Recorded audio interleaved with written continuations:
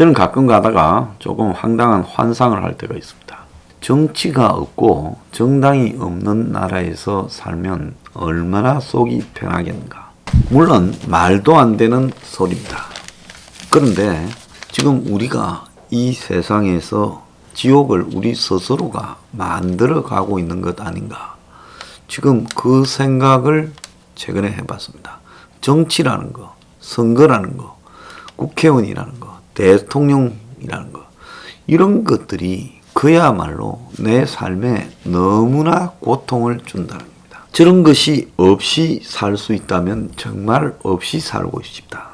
저런 것들 때문에 성질을 내고, 저런 것들 때문에 사람 사이에 균열이 생기고, 저런 것들 때문에 세상 이 꼴 저 꼴이 보기 싫고, 정말 많은 사람들이 정치라는 부분 때문에 겪는 고통이 그들이 차라리 정치가 없었으면 좋겠다라는 생각을 하게 만들 겁니다. 자, 애초에 정치는요, 국민이 살아가기 위해서 최소한으로 국가가 필요해서, 그래서 국가가 최소한의 시스템을 가지고 나라의 체제를 유지시켜 나가서 국민을 돕는 역할을 한다라는 목적 때문에 만들어졌을 겁니다.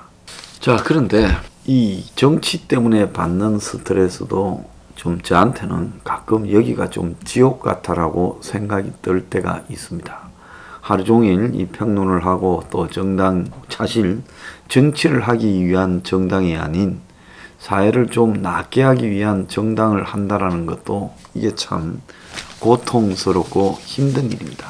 그런데 이걸 하고 파김치가 되어서 집에 가서 자기 전에 생각을 좀 해보면 참 이 정치라는 것이 지옥 같은 일이다라고 생각을 했습니다. 근데 오늘 아침에요, 조선일보의 문화부 차장 신동훈이 지옥은 넷플릭스에만 있는가 하는 제목으로 이 칼럼을 썼습니다. 저는 지옥을 갖다가 처음에 조금 보다가 아직 못 봤어요. 그런데 지옥을 본 시청자들의 반응이 직접적이라고 합니다. 한 시청자는 대놓고 시장 상인 개인 신상 틀고 몰려가 욕지거리 하던 게 생각난다고 트위터에 썼어요. 왜 그런 거 있었지 않습니까? 작년 초에 대통령 앞에서 경제가 참 거지 같아요 라고 말했다가 가게 상호, 주소, 전화번호까지 다 노출돼 인신공격의 불매운동까지 당했던 전통시장 상인이 있지요. 자, 이 드라마에 보면 화살촉이라는 광신도 단체가 SNS에 죄인들 신상을 공개하고 찾아다니며 단지하는 모습에서 그런 SNS에 지금 몰려다니며 난리를 치던 대깨문, 요즘은 대깨리와 비슷하다, 이렇게 이야기를 하고 있습니다. 자, 감독이 의도하지 않았던 이 독자 입장에서 볼 때 그렇게 지금 수용이 되고 있고, 또 더 나아가서 지옥날 날짜를 알려주는 고지, 괴물이 나타나 사람을 죽이고 중계하는 시연, 사람들에게 이 초자연적 현상을 신의 의도라고 해석을 하며 독점하는 사제들이 등장하는데, 표면적으로는 사이비 종교와 종교의 맹신 등을 비판한 것 같지만 현실을 연상시키는 장면들이 많다고 합니다. 그래서 전 국민한테 참사를 중계시킨 시연이라고 하는 것은 세월호 참사를 연상케 해요. 그래서 세월호가 침몰하는 과정이 중계되면서 그 장면을 전 국민이 지켜보면서 애들 죽음을 막지 못했다. 심지어 배가 물에 차서 죽어가기 직전까지의 동영상까지 나오고 하지 않았습니까? 그런데 이런 이 불행한 사건을 놓고 이제는 온갖 해석을 담으면서 침몰의 사유를 갖다가 부정하고 거기에 세월호 주변에 신전을 짓고 사제 역할을 자처한 사람이 김어준이다. 영화까지 만들었죠. 자, 그런데 문재인 정권에서 만든 선체조사위원회도 결정을 내리지 못하고 사회적 참사 특조위도 활동 기간에 결론을 못 내리고 연장만 했어요. 자, 이런데 KBS가 또다시 외부 충격이 있어서 항로를 바꿨다라는 주장까지 하고 있어요. 가장 좋은 거는 미군 잠수함이 들이받았다. 이 결론이 나는 게 제일 바라는 바겠죠. 그러지 않습니까? 그래서 이 가짜 뉴스 그리고 정치적 어떤 함축을 담은 뉴스가 국민들에게 주입되도록 그때까지 이 난리를 떨고 있다는 겁니다. 천안함도 또 잠수함 충돌설이 제기되고 있죠. 한국의 바다 밑에는 오만 지금 잠수함들이 있어서 다 들이받는 겁니까? 그래서 이 지옥이라는 드라마의 끝에 보면 사제들이라는 사람들이 자기들의 허접성이 드러날까봐 지금 전전긍긍한다는데요.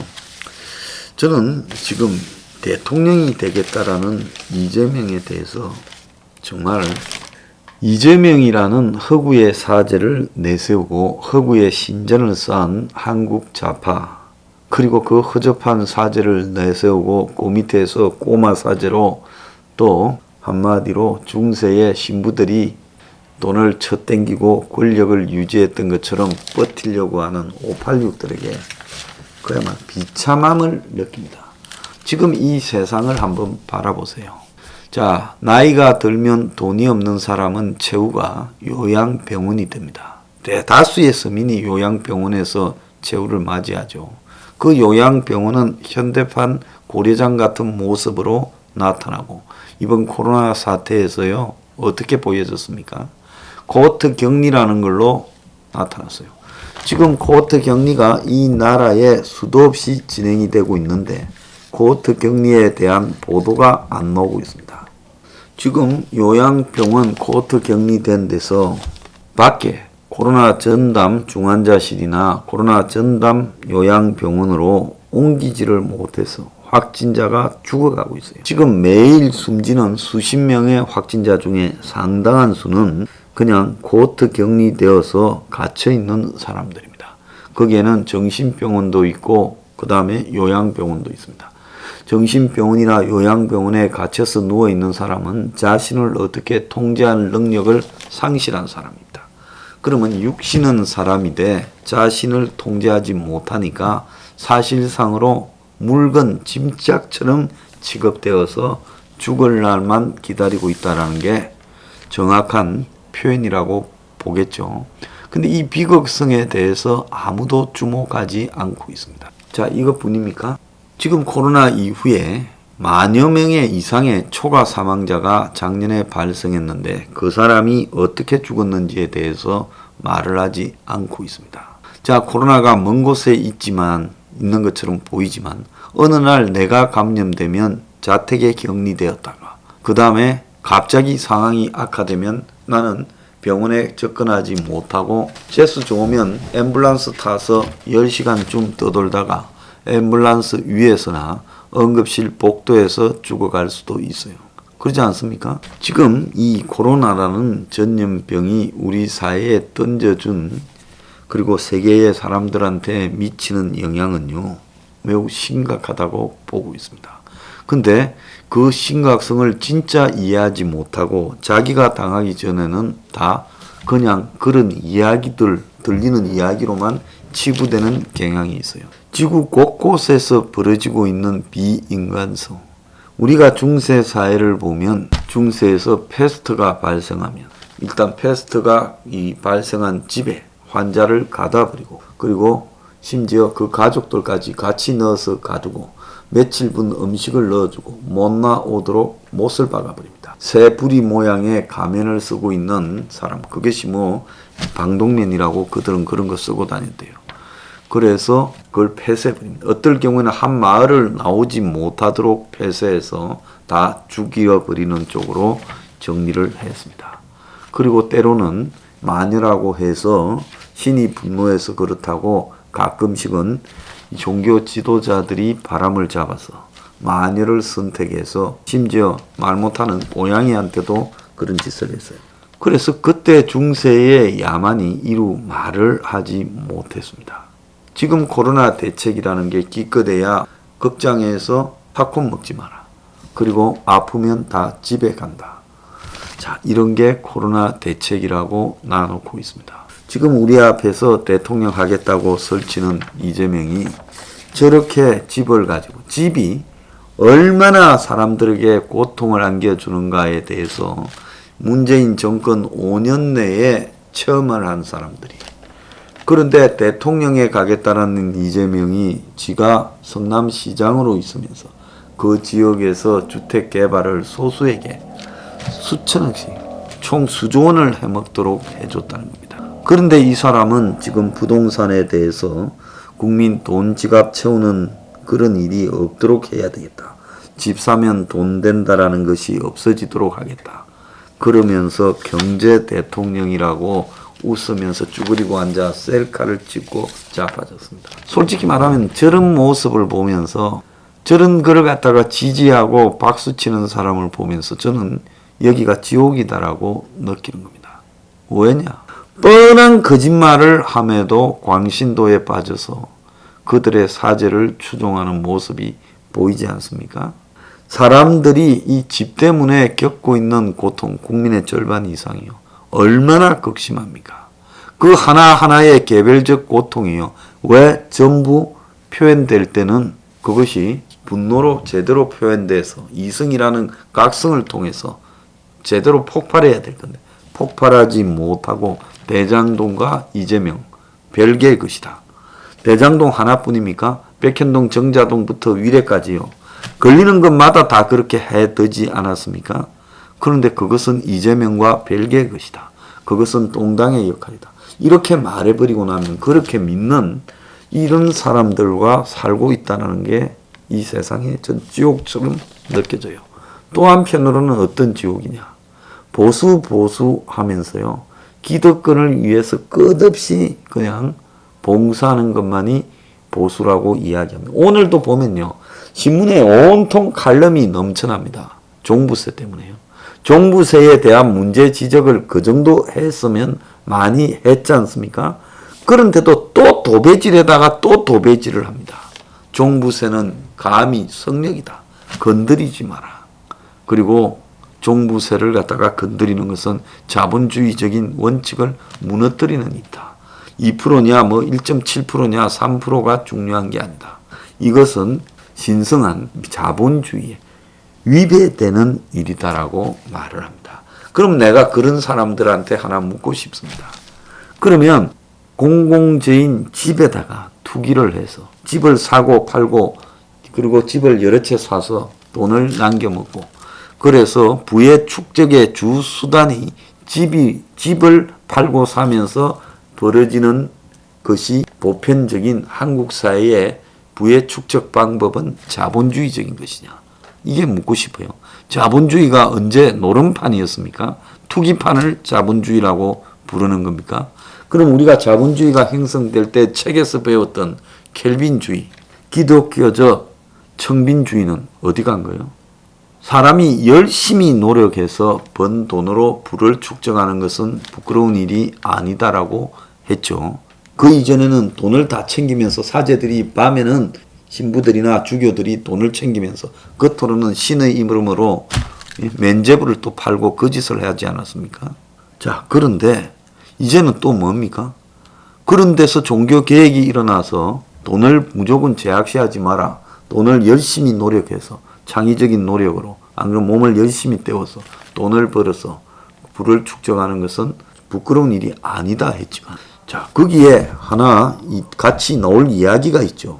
자 오늘날 근대 자본주의에 어디에도 투기를 통해서 탐욕적으로 이 돈을 버는 것을 그것을 찬양한 곳은 어디도 없었고 자본주의의 본질은 투기라는 부분을 배척하는 데 자리 잡고 있습니다.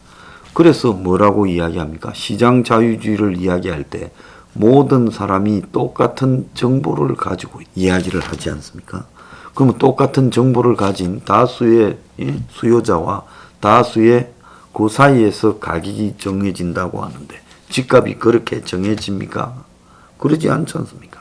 근데 이런 이 부동산 투기에 의한 폭리를 가지고 대한민국의 상류층을 형성하고 그 한번 보세요. 대통령이든 국회의원이든 출마하려는 자들 중에 집으로 돈 안 버는 자가 어디 있냐. 그 예외 없이 다 돈을 버는 자들입니다. 장관 청문회 할 때 집으로 돈 안 버는 사람 어디 있습니까? 왜 우리 사회 기득권들이 재산이 저렇게 많이 됩니까? 다 월급 받아서 버는 겁니까? 아니면 회사였습니까? 자영업했습니까?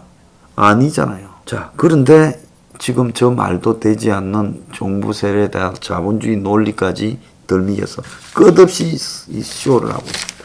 자, 그런 틈을 갖다가 비집어 들어서 저런 이재명 같은 저런 허접한, 제가 생각할 때는 부패한 양아치급 인물이 대통령을 가겠다고 저렇게 자신의 과거를 다 지금 부정하고 검찰을 통해서 과거를 세탁하고 있습니다. 이게 말이 되는 일이라고 생각합니까? 그래서요, 지금 다수의 대한민국 사람이 살아가는 하루하루가 매우 고통스러울 겁니다.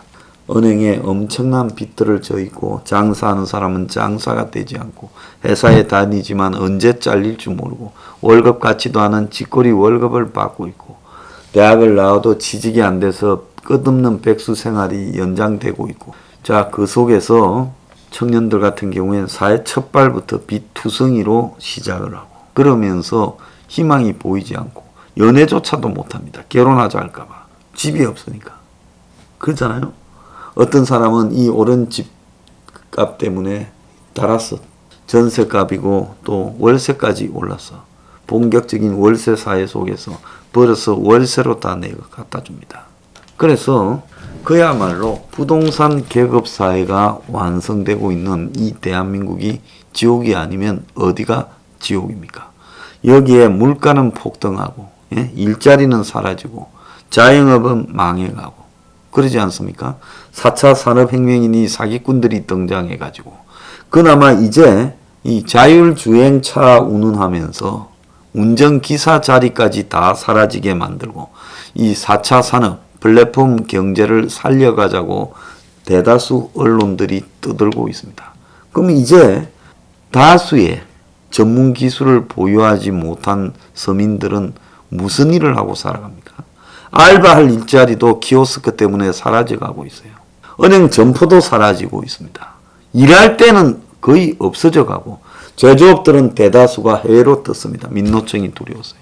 그럼 이 사회에 남아서 뜯어먹는 사람은 다 부동산 투기 상류 기득권층이거나 아니면 좌파 운동 기득권층 그 두 가지만 살아남고 나머지는 다 뜯기면서 뻔한 자기 인생을 살아야 됩니까? 다수의 한국 사람은 태어날 때 얘 운명이 정해지지 않습니까? 어제는 보니까 주부라는 30대 여자가 처음 만난 온라인에서 만난 남자 뭐 게임하다 만났는지 그 남자 만나고 차 타고 가다가 애를 중간에 버렸어요. 4살짜리 애입니까? 그 추운 겨울 한적한 길이에요. 그리고 그 남자하고 모텔 갔어. 이제는 사람들의 도덕성조차도 파괴되어 가고 있습니다. 자, 우리가 이 사는 세상이요 지옥화되고 있는데 이 지옥이요 그래도 반대편에 천국이 있다는 것은 소수의 선한 사람 때문에 그런 거 아니겠습니까? 만약에 천국이 없이 전부 지옥이라 그러면 참 사나 죽으나 영원히 고생하는 것이죠. 그래서 제가 이런 지옥에서 우리가 살아남으려면 정말로 제대로 생각하려고 노력해야 된다는 겁니다. 근데 사람들이 생각을 포기하고 있어요. 생각을 좀 하기 바랍니다. 대장동과 백현동과 그리고 오늘날 경제 대통령을 이야기하는 이재명 흉악범을 변호하다가 이제는 그 미안하다 조카 때문이다고 말하고 그것을 데이터 폭력이라고 말하는 저런 사람을 보면서 아무런 느끼는 게 없습니까? 수구 기득권을 보수라고 착각하고 종부세 부분을 무조건 옹호하고 그걸 마치 받아들여야 될 자본주의의 원칙에 대한 도전이다듯이 설파하는 대중언론. 그래서 많이 배우고 이 사회 리더들은 종부세에 전부 계급품을 물고 자기 일이니까 달라들고 거기에 대해서 이렇게 가서는 안 되지 않느냐고 말을 하면 그야말로 넌 좌파냐 이렇게 말합니다. 그러면서 없는 사람 내 집을 좀 해결해 줘야 인구가 줄어들지 않고 젊은 사람이 애도 안 낳겠냐. 여자들 결혼한 사람이 7명 중에 1명이 아예 애를 안 놓으려고 한다. 그러면 앞으로 이 멸종 사회가 되었을 때 이 사회는 어떻게 되겠냐. 기득권들은 누구한테 자신의 기득권을 누릴 소득을 만들어내겠느냐. 기득권도 고민이 안 되겠습니까? 자, 그런데도 불구하고 말입니다. 지금 우리는 오늘이 계속 그냥 이렇게 살면서도 내일도 연장될 것처럼 막연하게 생각하고 삽니다. 자, 이게 지옥이 아니라면 어디가 지옥인지 제가 한번 물어보고 싶습니다.